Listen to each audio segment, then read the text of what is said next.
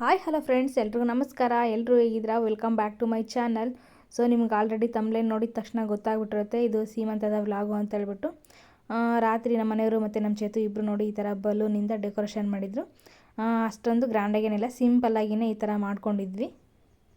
ಸುಮಾರು ಜನ ಈ ವ್ಲಾಗಿಗೋಸ್ಕರ ಕಾಯ್ತಾ ಇದ್ದೀರ ಅಂತ ನನಗೆ ಗೊತ್ತು. ನೈಟು ಒಬ್ಬಟ್ಟು ಮತ್ತು ಡೆಕೋರೇಷನ್ ಎಲ್ಲ ಮಾಡಿಬಿಟ್ಟು ಮಲ್ಕೊಳ್ಳೋಷ್ಟೊತ್ತಿಗೆ ಆಲ್ರೆಡಿ 2:30-3 ಗಂಟೆ ಆಗೋಗ್ಬಿಟ್ಟಿತ್ತು. ಮತ್ತು ನಮ್ಮಮ್ಮ ಮತ್ತು ನಮ್ಮತ್ತೆ ಇಬ್ಬರೂ ಹಿಂದಿನ ದಿನ ಬೇರೆ ಊರಿಂದ ಬಂದಿದ್ರಲ್ವ ನೈಟು, ಅವರು ಕೂಡ ನಿದ್ದೆ ಮಾಡಿರಲಿಲ್ಲ. ಮತ್ತು ನೈಟು ಸಹ ಎಲ್ಲ ಒಬ್ಬಟ್ಟು ಮಾಡಿ ಮಲ್ಕೊಳ್ಳೋಷ್ಟೊತ್ತಿಗೆ ಲೇಟ್ ಆಯ್ತಲ್ಲ. ಬೆಳಗ್ಗೆ 5 ಗಂಟೆಗೆ ಎದ್ದೇಳೋಣ ಅಂತೇಳ್ಬಿಟ್ಟು ಅಂದ್ಕೊಂಡು ಮಲ್ಕೊಂಡ್ವಿ. ಸೊ ಯಾರಿಗೂ ಒಬ್ರಿಗೂ ಎಚ್ಚರಿಕೆನೇ ಆಗಿದ್ದಿಲ್ಲ. ಮಲ್ಕೊಂಡಿದ್ದಾರೆ, ಎಲ್ಲ ಹಂಗೆ ಮಲ್ಕೊಬಿಟ್ಟಿದ್ದಾರೆ. ನನಗೆ 6 ಗಂಟೆ ಹಂಗೆ ಎಚ್ಚರಿಕೆ ಆಯಿತು. ಕರ್ಟನ್ ತೆಗೆದು ನೋಡಿದರೆ ಆಲ್ರೆಡಿ 6 ಗಂಟೆ 6:15 ಆಗ್ತಾಯಿದೆ. ಆವಾಗ ಎದ್ಬಿಟ್ಟು ಇನ್ನೂ ಅರ್ಧಂಬರ್ಧ ಇನ್ನೂ ಅಡುಗೆ ಮಾಡೋದಿಲ್ಲ, ಪಲ್ಯ ಕೋಸಂಬರಿ ಈ ಥರ ಸೈಡ್ಸ್ ಎಲ್ಲ ಮಾಡೋದಿಲ್ಲ, ಹಂಗೆ ಇತ್ತು. ಒಬ್ಬಟ್ಟು ಮಾತ್ರನೇ ನೈಟ್ ಮಾಡಿದ್ದು. ಮತ್ತು ಯಾವಾಗ ಬೇಗ ಇದ್ದು ಎಲ್ಲನೂ ಮಾಡ್ತಿದ್ರು ನಮ್ಮಮ್ಮ. ಮತ್ತು ಈಗ ತಟ್ಟೆಗೆಲ್ಲ ತುಂಬಬೇಕಲ್ಲ ಎಲ್ಲ ಐಟಮ್ಸ್ ಎಲ್ಲನ ಸ್ವೀಟ್ಸು ಹಣ್ಣು ಅದೆಲ್ಲ, ಹಂಗಾಗಿ ನಮ್ಮಮ್ಮ ತುಂಬ್ತಾಯಿದ್ರು. ಜೊತೆಗೆ ನಾನು ಕೂಡ ಹೆಲ್ಪ್ ಮಾಡಿ ಅದಾದಮೇಲೆ ರೆಡಿ ಆಗೋಣ ಅಂತೇಳ್ಬಿಟ್ಟು ನಾನು ಕೂಡ ಹೆಲ್ಪ್ ಮಾಡ್ತಾಯಿದ್ದೀನಿ. ಸೊ ನಮ್ಮ ಮನೆಯವರೇ ಎಲ್ಲ ಐಟಮು ತೊಗೊಬಂದಿದ್ರು. ಈ ಥರ ಹಣ್ಣುಗಳೇ ಇಡಬೇಕು, ಈ ಥರ ಸ್ವೀಟ್ಸ್ಗಳೇ ಇಡಬೇಕು ಅಂತ ಹೇಳ್ಬಿಟ್ಟು ಎಲ್ಲ ಅವರೇ ತೊಗೊಬಂದಿದ್ರು. ನಮ್ಮಮ್ಮ ಹೇಳ್ತಾಯಿದ್ರು ತುಂಬ ಸಿಂಪಲ್ಲಾಗಿ ಮಾಡೋಣ, ಏನೋ ಕೆಲವೊಂದು ಐಟಮ್ಸ್ಗಳನ್ನ ಬೇಡ ಅಂತ ಹೇಳ್ತಾಯಿತ್ತು. ಈ ಐಟಮ್ಸ್ ಬೇಡ, ಆ ಐಟಮ್ಸ್ ಬೇಡ ಅಂತ ಹೇಳ್ಬಿಟ್ಟು ನಮ್ಮ ಮನೆಯವ್ರು ಹೇಳ್ತಾಯಿದ್ರು. ತುಂಬ ಸಿಂಪಲ್ಲಾಗಿ ಮಾಡಿದ್ರು ನಮಗೆ ಮೆಮೊರಿಬಲ್ ಆಗಿರಬೇಕು. ಮತ್ತು ಯಾವತ್ತಾದರೂ ನಾವು ನಮ್ಮ ವೀಡಿಯೋಸ್ಗಳನ್ನ ನೋಡಿದರೆ ನಮಗೆ ಒಂಥರ ಖುಷಿ ಆಗಬೇಕು ಅಂತ ಹೇಳ್ಬಿಟ್ಟು ಅವ್ರಿಗೆ ಯಾವ ಥರ ಹಣ್ಣುಗಳು ಆಗಿರ್ಬೋದು, ನನ್ನ ಸ್ಯಾರಿಯಿಂದ ಹಿಡಿದು ಡೆಕೋರೇಷನ್ ಎಲ್ಲನೂ ಅಷ್ಟೇ, ಅವ್ರಿಗೆ ಯಾವ ಥರ ಮಾಡಬೇಕು ಅನ್ನಿಸ್ತು, ಯಾವ ಥರ ಡೆಕೋರೇಷನ್ ಮಾಡಬೇಕು ಅಂತ ಅನ್ನಿಸ್ತು. ಸೊ ಎಲ್ಲನೂ ಅವರು ಇಷ್ಟದಂತೆ ಎಲ್ಲನೂ ಮಾಡಿದ್ದಾರೆ. ಸೊ ನನಗಂತೂ ಫುಲ್ ಖುಷಿ ಆಗೋಗ್ಬಿಡ್ತು. ನೋಡ್ತಾ ಇರ್ಬೋದು, ತುಂಬಾ ಚೆನ್ನಾಗಿ ಕಾಣಿಸ್ತಾಯಿದೆ. ಬ್ಯಾಕ್ಗ್ರೌಂಡು ಡೆಕೋರೇಷನ್ ಆಗಿರ್ಬೋದು, ಮುಂದೆ ಇಟ್ಟಿರೋ ಎಲ್ಲ ತಟ್ಟೆಗೆ ತುಂಬಿದ್ದೀರಲ್ಲ ಎಲ್ಲ ಐಟಮ್ಸ್ಗಳು ತುಂಬಾ ಚೆನ್ನಾಗಿ ಡೆಕೋರೇಷನ್ ತುಂಬಾ ಚೆನ್ನಾಗಿ ಕಾಣಿಸ್ತಾಯಿತ್ತು ಬ್ಯಾಕ್ಗ್ರೌಂಡಲ್ಲಿ. ನಮ್ಮ ಪಕ್ಕದ ಮನೆ ಉಷಾಕೋಗಂತೂ ಟ್ಯಾಂಕ್ಸ್ ಹೇಳಲೇಬೇಕು. ಯಾಕಂದರೆ ನಾನು ಹಾಕ್ಕೊಂಡಿರೋ ಒಡವೆ ಆಗಿರ್ಬೋದು, ಮತ್ತು ಸ್ಯಾರಿ ಆಗಿರ್ಬೋದು, ಬ್ಲೌಸು ಎಲ್ಲನೂ ಅವರೇ ಎಲ್ಲ ರೆಡಿ ಮಾಡಿಸ್ಕೊಟ್ಟಿರೋದು. ಆ್ಯಕ್ಚುಲಿ ನಾನು ಸ್ಯಾರಿ ಎಲ್ಲ ಆನ್ಲೈನಾಗಿ ಬುಕ್ ಮಾಡಿದ್ದೆ. ನೋಡಿಬಿಟ್ಟು ಅದು ಫೋಟೋಸ್ ಎಲ್ಲ ನೋಡಿದಾಗ ತುಂಬಾ ಚೆನ್ನಾಗಿತ್ತು. ಅದು ಬಂದಮೇಲೆ ನನಗೆ ಅಷ್ಟೊಂದು ಇಷ್ಟನೇ ಆಗಿರಲಿಲ್ಲ.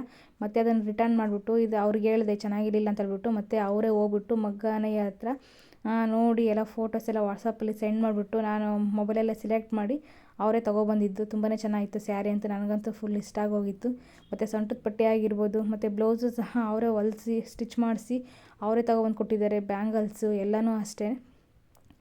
ಅವರು ಏನಾದರೂ ನನಗೆ ತಂದುಕೊಟ್ಟ ಇಲ್ಲ ಅಂದಿದ್ದರೆ ಇಷ್ಟೊಂದೆಲ್ಲ ಹಾಕೊಳ್ಳೋಕ್ಕೆ ಆಗ್ತಾಯಿರಲಿಲ್ಲ. ಇಲ್ಲಾಂದಿದ್ರೆ ನಾನೇ ಹೋಗಿ ತೊಗೊಂಬರ್ಬೇಕಾಗಿತ್ತು. ತುಂಬಾ ಹೆಲ್ಪ್ ಮಾಡಿದ್ದಾರೆ. ನಾನು ಈ ಥರ ಸ್ಯಾರಿನೇ ಹಾಕೋಬೇಕು ಅಂತ ಹೇಳ್ಬಿಟ್ಟು ಹುಡುಕ್ತಾ ಇದ್ದೆ ನನಗೆ. ಬಟ್ ಆನ್ಲೈನಲ್ಲಿ ನೋಡಿ ಸರ್ಚ್ ಮಾಡಿಯೇ ನಾನು ಆರ್ಡ್ರ್ ಮಾಡಿದ್ದೆ. ಆದರೆ ನಾನು ಆರ್ಡ್ರ್ ಮಾಡಿರೋ ಅಂಥ ಸ್ಯಾರಿ ಬಂದಿರಲಿಲ್ಲ. ಚೆನ್ನಾಗಿರುತ್ತೆ ಅಂದ್ಕೊಂಡು ಬುಕ್ ಮಾಡಿದ್ದೆ, ಅದು ಆ ಥರ ಆಯಿತು. ಮತ್ತು ಏನಪ್ಪ ಮಾಡೋದು, ಸ್ಯಾರಿ ಸಿಗಲೇ ಇಲ್ವಲ್ಲ, ಹೆಂಗೆ ಏನು ಅಂತ ಅಂದಾಗ ಪಾಪ ಅವರೇ ಮಗ್ಗನಯ್ಯದ ಹತ್ರ ಹೋಗ್ಬಿಟ್ಟು ಅವರೇ ಸೆಲೆಕ್ಟ್ ಮಾಡಿ ತೊಗೊಬಂದಿದ್ದಾರೆ. ಆ್ಯಕ್ಚುಲಿ ನನಗೆ ಪ್ಲ್ಯಾನ್ ಇದ್ದಿದ್ದು ಅಂದರೆ ತುಂಬ ಗ್ರ್ಯಾಂಡಾಗಿ ಮಾಡ್ಕೋಬೇಕು ಸೀಮಂತ, ಊರಿಗೆ ಹೋಗ್ಬಿಟ್ಟು ಅನ್ನೋದಿತ್ತು ನನಗೆ.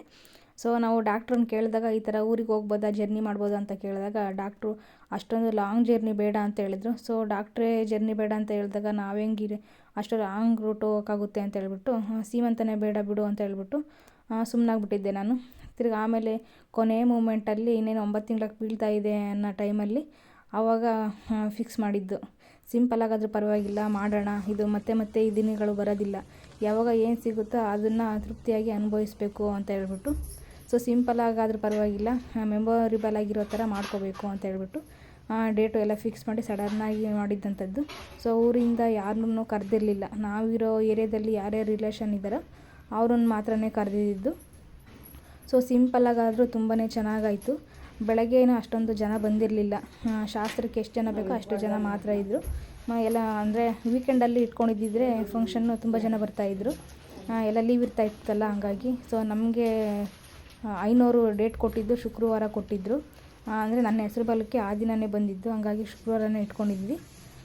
ಸ್ವಲ್ಪ ಶಾಸ್ತ್ರಕ್ಕೆ ಸರಿಯಾಗಿ ಬೆಳಗ್ಗೆ ಬಂದಿದ್ದರು. ಸೊ ಸಾಯಂಕಾಲ ಡ್ಯೂಟಿ ಮುಗಿಸ್ಕೊಂಡು ಸಾಯಂಕಾಲ ತುಂಬ ಜನ ಬಂದಿದ್ದರು. ತುಂಬ ಜನ ಕಮೆಂಟ್ ಮಾಡ್ತಾಯಿದ್ರು, ಹಾಗೆ ಫೋನು ಸಹ ಮಾಡ್ತಾಯಿದ್ರು, ನಮ್ಮನ್ನು ಕರೆದಿಲ್ಲ, ನಮ್ಮನ್ನು ಕರೆದಿದ್ರೆ ನಾವು ಬರ್ತಾಯಿದ್ವಲ್ಲ ಅಂತ ಹೇಳ್ಬಿಟ್ಟು. ನಾನು ಹಾಗೆ ಹೇಳ್ದಂಗೆ ಯಾರನ್ನೂ ಕರೆಯೋದಕ್ಕೆ ಹೋಗಿರಲಿಲ್ಲ. ನಾವಿರೋ ಏರಿಯಾದಲ್ಲಿರೋರನ್ನ ಮಾತ್ರನೇ ಕರೆದಿದ್ದು. ತುಂಬ ಸಿಂಪಲ್ಲಾಗಿ ಅಂತಲೇ ಮಾಡಿದ್ದು. ಸೊ ನೆಕ್ಸ್ಟ್ ಫಂಕ್ಷನ್ಗಳಿಗೆ ಖಂಡಿತ ಯಾರನ್ನೂ ಬಿಡೋದಿಲ್ಲ, ಎಲ್ಲರನ್ನೂ ಕರಿತೀವಿ. ಸೊ ಸೊ ಎಲ್ಲರ ಬ್ಲೆಸ್ಸಿಂಗ್ಸು ನನ್ನ ಮೇಲಿರಲಿ. ಸೊ ಈಗ ಫಸ್ಟು ನಮ್ಮ ಮನೆಯವರೆಲ್ಲ ಶಾಸ್ತ್ರ ಮಾಡಿದ್ರು, ಅವರೇ ಹಾರ ಎಲ್ಲ ಹಾಕ್ಬಿಟ್ಟು. ಸೊ ಅದಾದಮೇಲೆ ನಮ್ಮಮ್ಮ ಮಾಡ್ತಾಯಿದ್ದಾರೆ. ತುಂಬ ಸಿಂಪಲ್ಲಾಗಾದ್ರೂ ಒಂಥರ ಮೆಮೊರಿಬಲ್ ಆಗಿ ಆಯಿತು ಅಂತಲೇ ಹೇಳ್ಬೋದು. ತುಂಬಾ ಇಷ್ಟ ಆಯಿತು ನನಗಂತೂ. ಅಂದರೆ ನಾನು ಊರಲ್ಲಿ ಯಾವ ಥರ ಸೀಮಂತ ಮಾಡ್ಕೋಬೇಕು ಅಂತ ಇದ್ನೋ ಅದೇ ಥರ ಆಯಿತು. ಬಟ್ ಜಾಸ್ತಿ ಜನನ ಕರೆದಿರಲಿಲ್ಲ ಅಷ್ಟೇ ಊರಿಂದ.